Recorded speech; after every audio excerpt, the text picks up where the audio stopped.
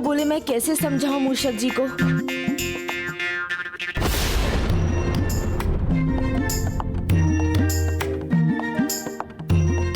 क्या चाहते हैं प्रभु? मुझे कुछ समझ नहीं आ रहा।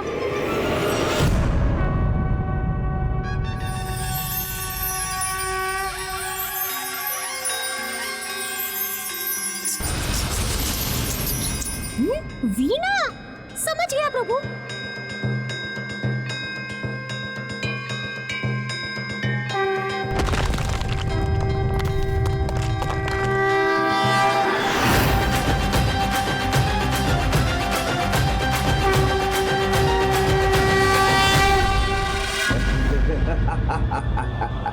इस महासंकट को दूर करने, इस देवी की सहायता करने आया भी तो कौन? ये तुच्छ मूषक।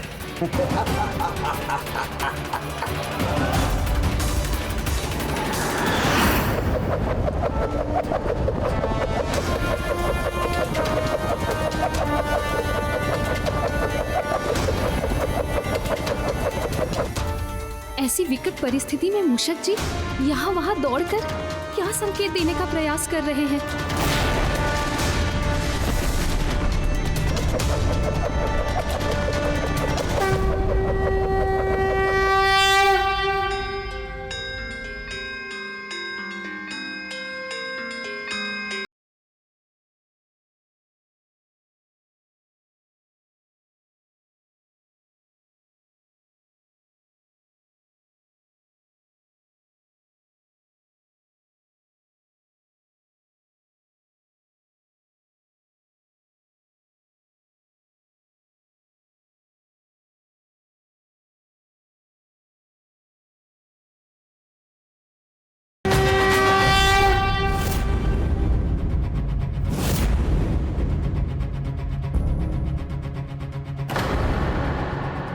अब ये क्या विचार कर रहे हैं?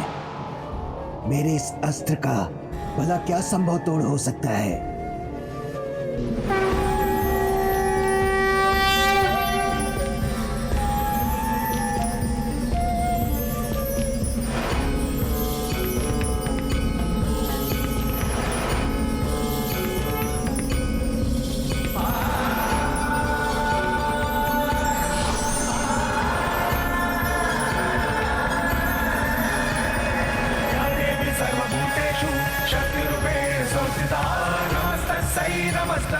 नमस्तस्यै नमो नमः। या देवी सर्वभूतेषु मातृरूपेण संस्थिता। नमस्तस्यै नमो नमः। ओम महावाग्वादिनी अस्त्र।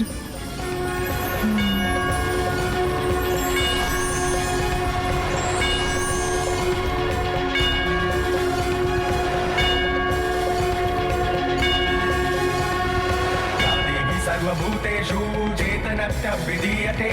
नमस्तस्यै नमो नमः।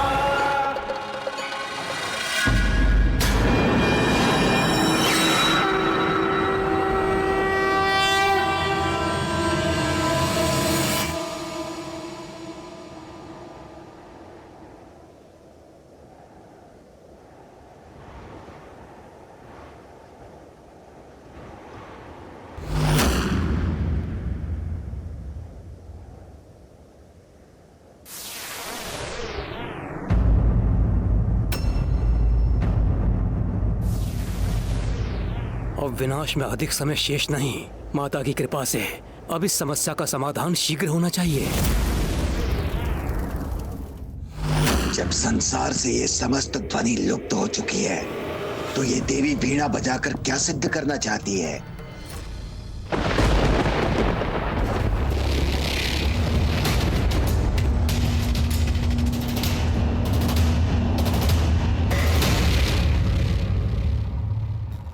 इस मुकास्त्र के समक्ष तो देवी सरस्वती की वीणा विमान है।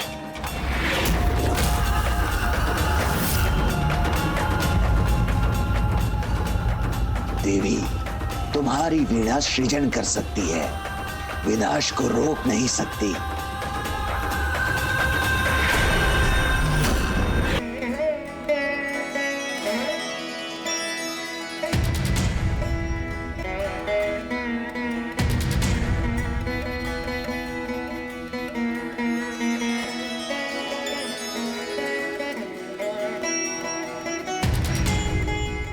नहीं नहीं, ये असंभव है। ये वीणा कोई ध्वनि कैसे उत्पन्न कर सकती है? इस स्वर को मिटा दूंगा मैं।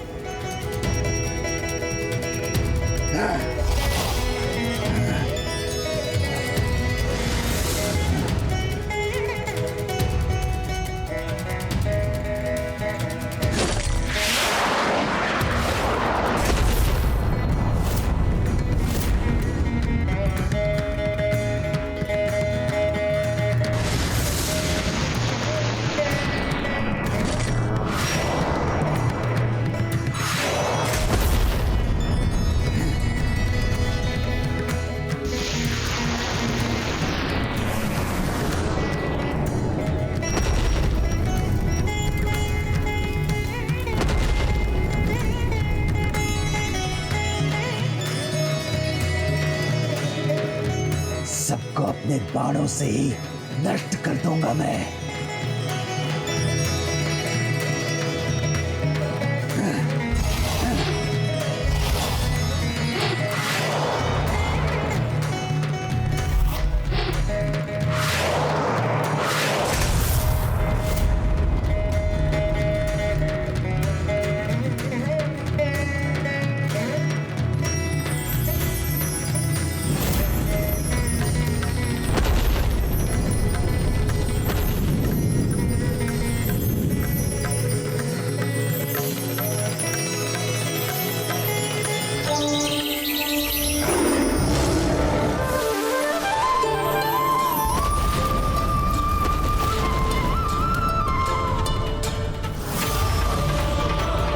मेरा ये उपाय भी व्यर्थ हो गया। अब क्या करूं?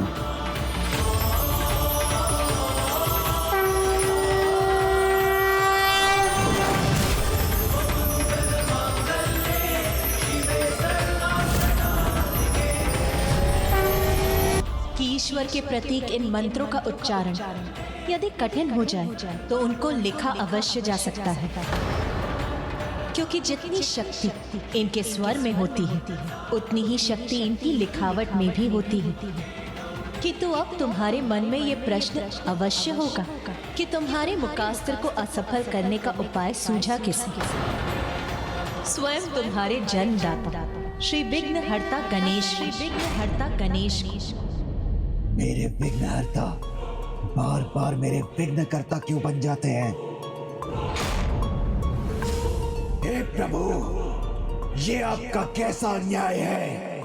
मैंने सदैव आपकी पूजा की, आपकी अर्चना की, और उसका ये परिणाम दे रहे हैं आप? बार बार मुझे असफल कर आप अपने भक्त की भक्ति का अपमान क्यों कर रहे हैं? भक्ति तुम क्या जानो भंडासुर? परमात्मा के प्रति परम प्रेम ही भक्ति है। उस प्रेम से जुड़ी श्रद्धा भक्ति है। जो तुमने किया वो भक्ति नहीं, स्वार्थ था। और अपने जन्मदाता के प्रति तुम्हारा आचरण सर्वथा अनुचित था। मेरा आचरण उचित हो या अनुचित, इसका मेरे ऊपर कोई प्रभाव नहीं पड़ता। मैं वही करूंगा जो मैं करता आया हूं।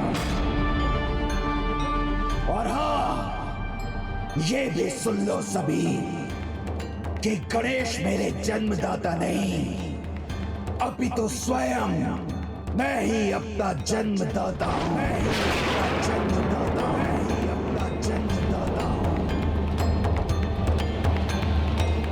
जिस गणेश जी को आप लोग बहुत ही बुद्धिमान और चतुर कहते हो, वो तो बहुत ही सरल है, और इसी का लाभ उठाया मैंने और विवश किया कि मेरे आकार को साकार करें। इसीलिए मैं ही स्वयं हूँ, मैं ही ईश्वर हूँ, मैं ही स्वयं हूँ, मैं ही ईश्वर हूँ।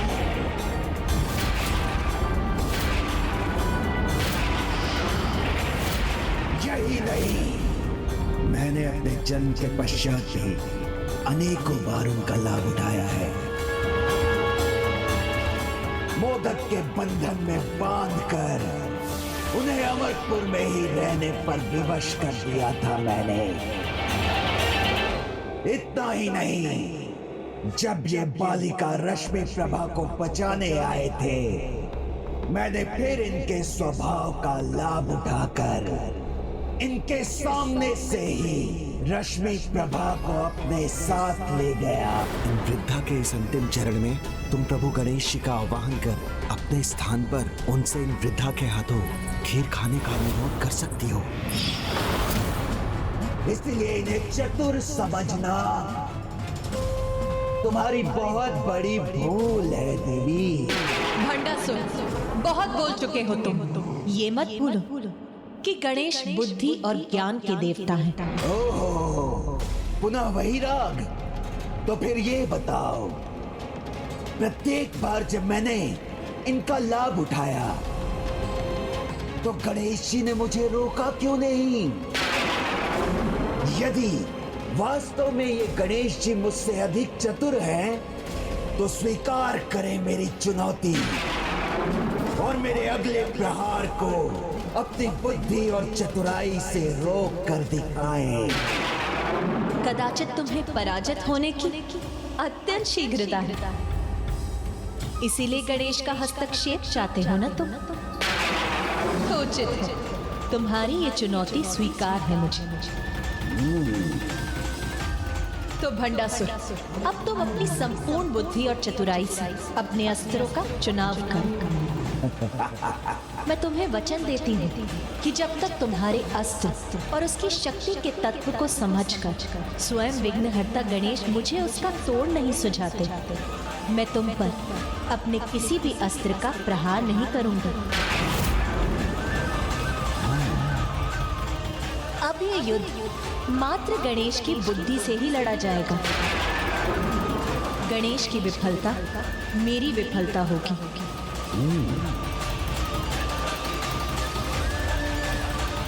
मुझे स्वीकार है। माता ने ये युद्ध की कैसी अवस्था रख दी।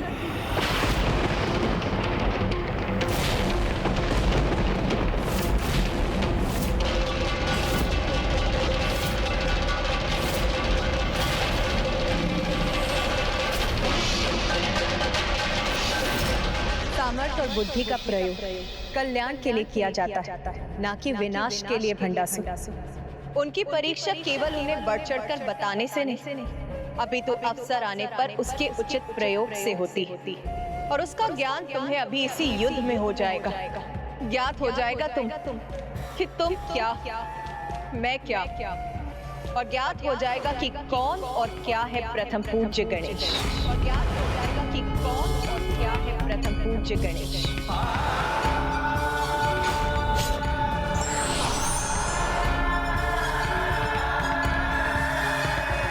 या देवी सर्वभूतेषु शक्तिरूपेण संस्थिता। तस्यै नमस्तस्यै नमस्तस्यै नमो नमः। या देवी सर्वभूतेषु मातृरूपेण संस्थिता। माता ने मुझ पर संपूर्ण सृष्टि की रक्षा का उत्तरदायित्व सौंप दिया। पुत्र गणेश, मेरे आदेश के अनुसार तुम अभी तक इस युद्ध भूमि से दूर थे, और अब मेरे ही आदेश से इस युद्ध में तुम मेरा साथ दोगे। अब हमारी देवी सेना में कोई भी देवी अपना अस्त्र तब तक नहीं उठाएगी जब तक तुम इस दुष्ट के अगले प्रहार का सत्व समझकर हमें उसका तोड़ नहीं बताते।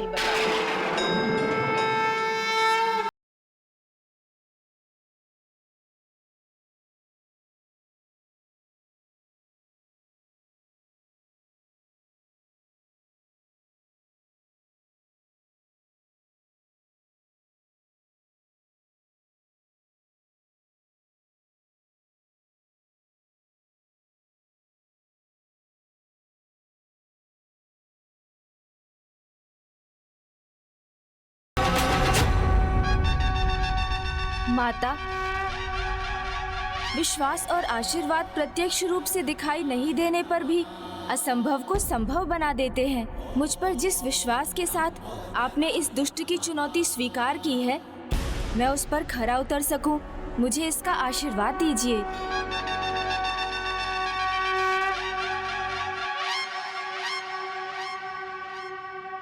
हाँ, आशीर्वाद तो चाहिए ही आपको गणेश जी। आप भगवान अवश्य हैं, किंतु जिसे आज से पहले ना कोई प्राप्त कर सका और ना ही कोई प्रयोग कर सका, मेरे उस भयंकर और रहस्यमयी अस्त्र का सामना करना है आपको। मैं उसका सामना अवश्य करूंगा भंडासुर, किंतु तुम उसका प्रयोग प्रथम और अंतिम बार ही कर पाओगे, क्योंकि तुम्हारे साथ तुम्हारे इस महास्त्र का भी अंत होगा। और रही बात आशीर्वाद की, तो सबके अस्तित्व और शक्ति की स्रोत माता ही तो है, क्योंकि उनका आशीर्वाद हमारे सामर्थ्य और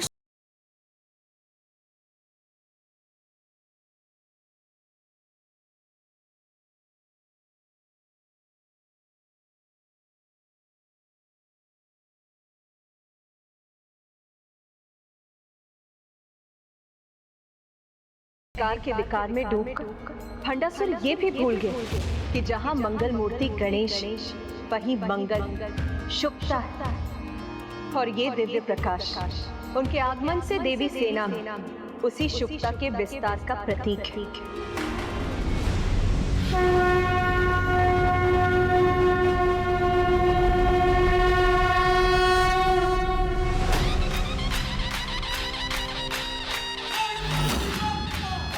माता के आशीर्वाद की शक्ति का ज्ञान तो अब तुम्हें भी होगा भंडासुर, क्योंकि अब तुम्हारे जीवन की एक ही संभव दशा है, दुर्दशा।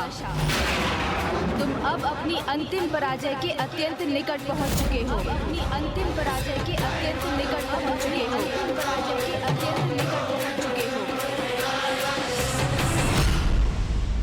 पराजय तो उसकी होती है प्रभु जिसे कुछ खोने का भय हो, किंतु मैं तो अपनी विजय के लिए कोई भी मूल्य चुका सकता हूं, जिसका प्रमाण तो आपको तभी प्राप्त हुआ था जब स्वयं अपने हाथों से अपनी प्रिय पुत्री के प्राण छीने थे मैंने। इस अचूक महासुरी महाअस्त्र के होने के कारण विजय के लिए मुझे इस सेना की कोई आवश्यकता नहीं।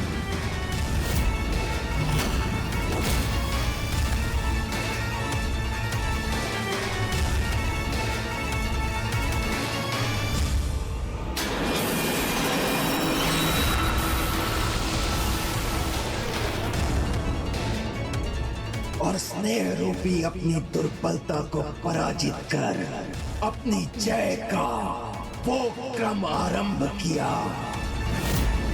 जिसका अंत मेरे सामने खड़ी इस नारी की पराजय से ही होगा।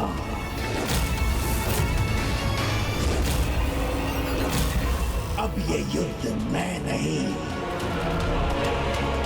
मेरा अस्त्र लड़ेगा और ये अस्त्र आपको किसी का स्मरण भी करवाएगा। आपको किसी का